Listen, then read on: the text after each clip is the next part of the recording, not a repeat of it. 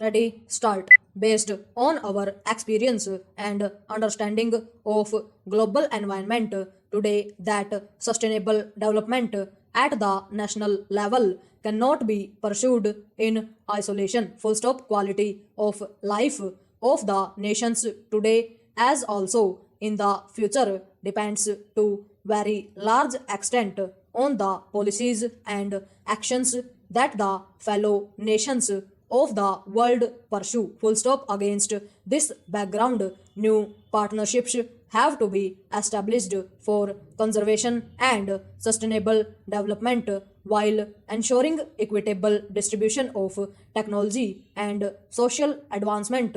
Promoting these partnerships require making the most of the diverse bunch of knowledge, skill, perceptions, and of assets belonging to a wide cross section of nations and societies. Full stop. When we analyze the nature of pollutants, we find that both affluence and poverty contribute to their high levels. Full stop. The problems of the industrialized and the developed world stem from their high levels of economic activity and consumption. Full stop. The degeneration of forests and natural resources in the developing countries, on the other hand, can be attributed largely to the lack of resources and alternative source of energy and income generation. The strategies to tackle these two distinct causes therefore need to be significantly different. Full stop. In the case of the rich and developed world, the issues can be best handled by laying stringent emission norms, limits on pollutants, and by enforcing these stringent norms and limitations. Full stop. Para. However, for the developing and the underdeveloped world, the best approach would be to put into place an incentive structure that would encourage conservation and discourage the scavenging of nature without compromising economic development and rapid alleviation of poverty. Full stop. For the developing countries, we should make concerted efforts to facilitate and promote adoption of environment friendly techniques of production and also undertake far greater measures to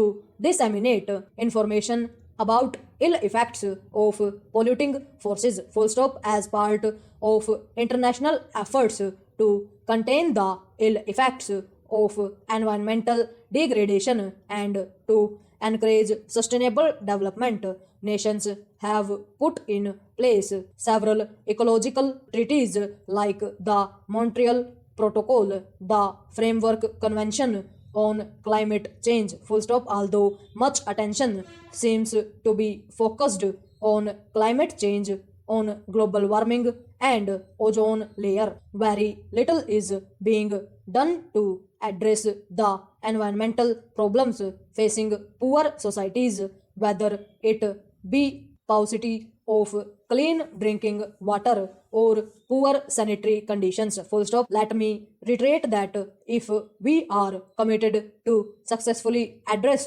the challenges of sustainable development and hence environmental conservation, then it will require an international movement the like of which has never been seen before. Full stop. It will require effective integration of the sporadic efforts being made by the different players, whether it be international organizations, national government, or non governmental as such. Full stop. Overall.